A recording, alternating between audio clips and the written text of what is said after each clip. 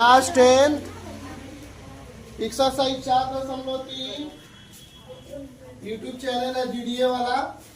उदाहरण 13 है, इसलिए चेक करना है कि इसका मूल वास्तविक और समान है कि असमान है, कि इसका मूल्य निकलेगा कि नहीं निकलेगा, ये सभी चेक करना है और वो भी द्विघाती विधि से चेक करना है।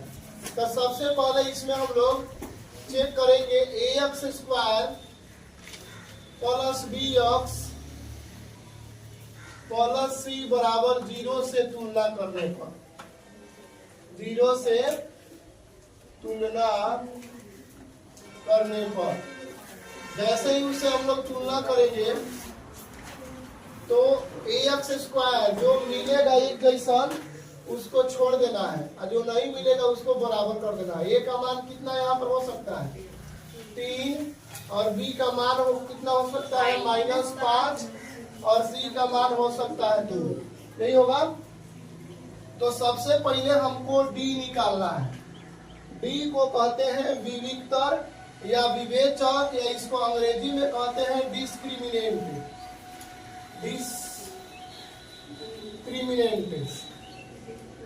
डिस्क्रिमिनांट भी कहते हैं, डिस्क्रिमिनांट, या इसको विवेचक या विविक्तर कहते हैं। विवेचक कहते हैं या विविक्तर कहते हैं। सबसे पहले यही ज्ञात किया जाता है, विवेचक या विविक्तर क्या होता है इसका। विवेचक या विविक्तर ज्ञात किया जाता है कि क्या होता है इसका। तो सबसे पहले विविक्तर जब हम लोग उसका ज्ञात करेंगे तो विविक्तर का जो फॉर्मूला होता है वह होता है बी स्क्वायर माइनस 4ac, यही फॉर्मूला होता है। बी का फाइनल फॉर्मूला यही होता है। तो इसको हम अगर ऐसे लिख दें, बी का final formula B square minus 4ac, तो इस तरह से उतारने के बाद पहले बी का मान देखिए कितना है, -5 का वर्ग करेंगे और उसके बाद -4a के जगह पर कितना है 3 है, और b के जगह पर कितना है, b के जगह पर तो लिख के लिए है और इसको पहले इधर लिख देते हैं माइनस, फॉर्मूला में माइनस है, 4 के जगह पर 4, a के जगह पर है 3 और c के जगह पर है 2, तो 2 लिखेंगे। बराबर लिखेंगे, इसको 5 का वर्ग करेंगे तो होगा 25 और माइनस माइनस हो जाएगा प्लस, और माइनस के माइनस यहाँ पे 4 के 12, 12 गुना 24, तो 25 में से जब 24 घटाएंगे तो 1, यानी फाइनली हमारा मिल गया d बराबर 1। ध्यान से देखना है, अब यदि d का मान 0 से जब बड़ा हो, यदि d 0 से बड़ा हो तो इसका मूल लिखेंगे, जो द्विघात समीकरण है ना, इसका मूल वास्तविक और असमान होगा। इसका मूल किसका, ये द्विघात समीकरण जो दिया हुआ है, इसका मूल वास्तविक जब भी कहेगा इसका अस्तित्व ज्ञात करें तो यही फाइनल लिखा जाता है। इसका मूल वास्तविक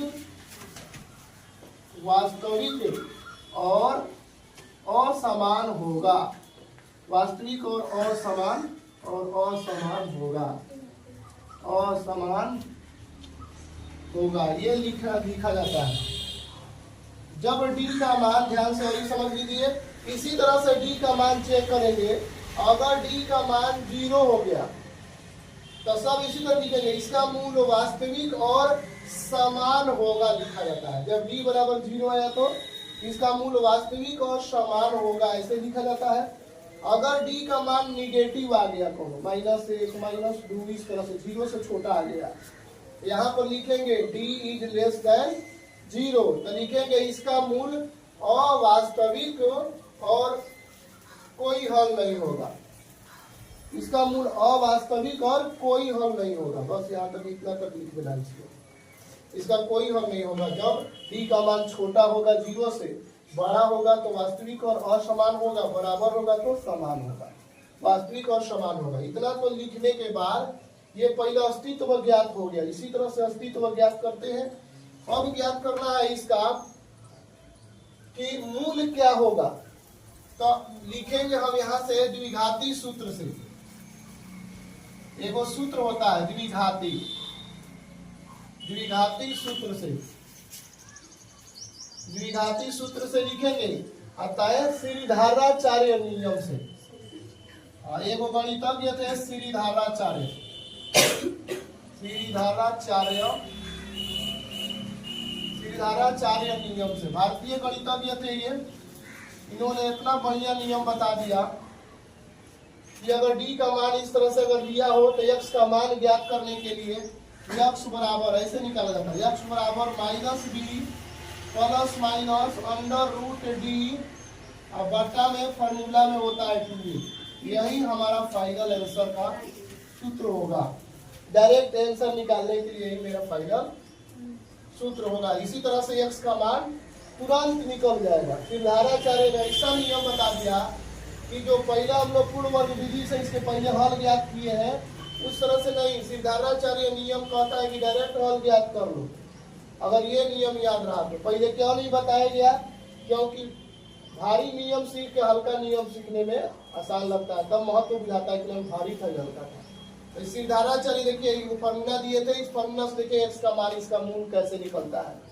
तो लिखेंगे अब x बराबर माइनस बी, बी के जगह पर कितना मान है -5, तो लिख देंगे -5। आई फॉर्मूला वाला माइनस है, आई क्वेश्चन में जो दिया तो माइनस है।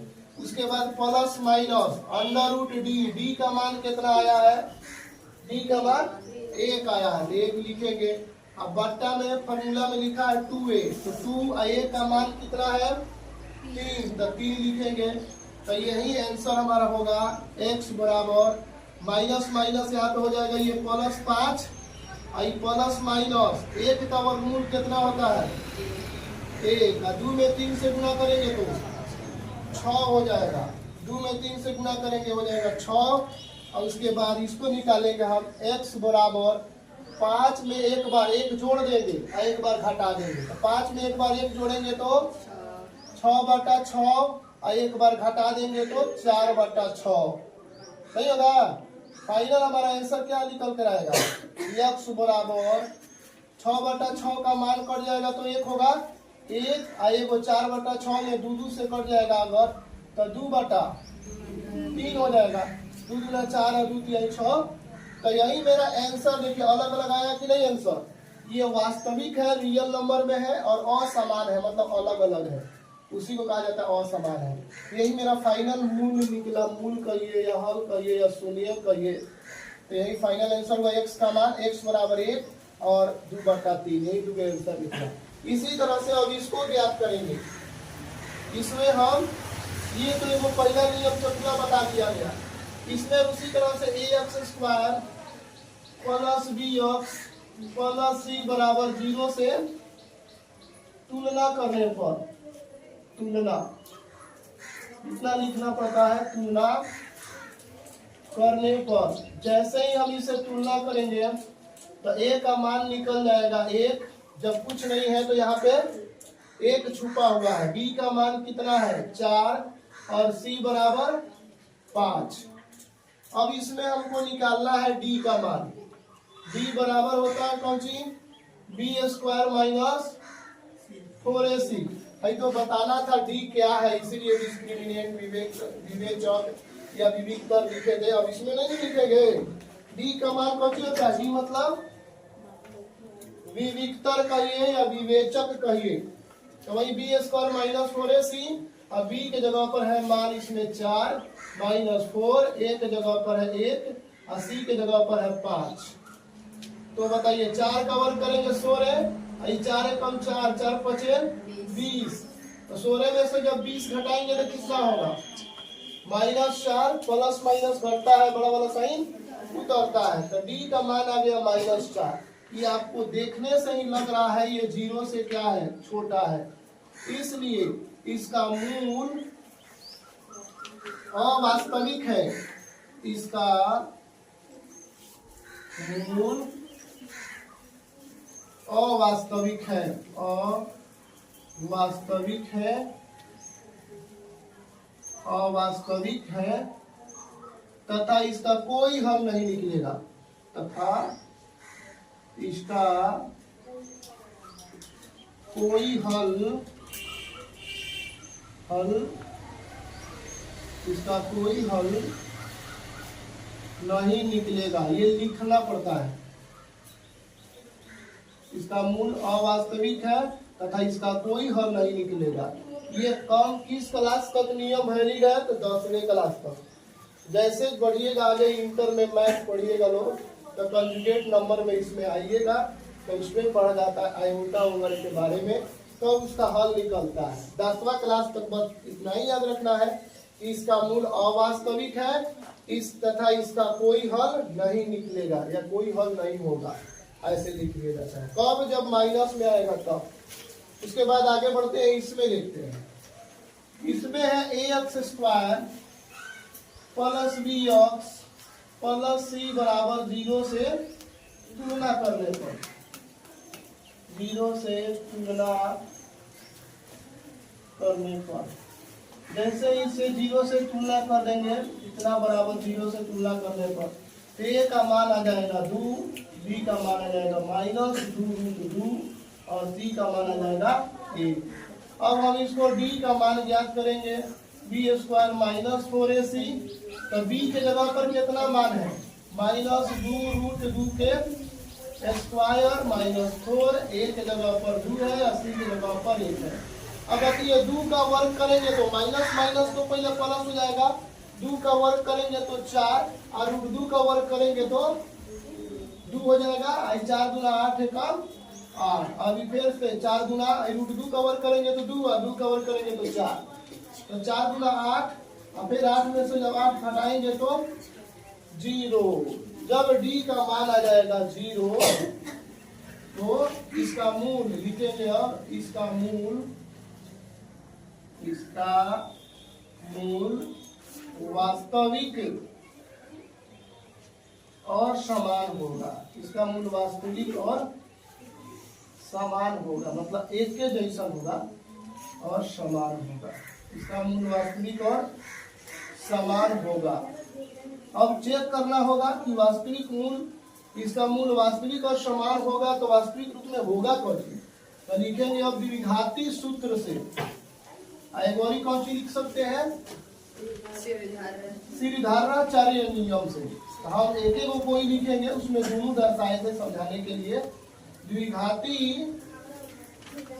सूत्र से, द्विघाती सूत्र से x का मान जो होगा -b प्लस माइनस √d बटा में होता है 2a। यही हमारा फाइनल आंसर इसी फॉर्मूला से निकलता है। तब x का मान हम यहाँ से निकाल दे रहे हैं। x बराबर हो जाएगा -b के जगह पर कितना है? तो ये है माइनस में ना है, -2√2 है, तो ये हो गया -b पोस्ट में लिख रहे हैं प्लस माइनस √d। d का मान कितना आया है? d का मान 0 आया है, तो यहाँ पे लिखेंगे d का मान 0 और बटा में लिखेंगे 2a। 2a के जगह पर है 2, तो 2 से गुना कर देंगे, हो जाएगा x बराबर माइनस माइनस प्लस 2√2 और प्लस माइनस 0 का वर्गमूल कितना होता है?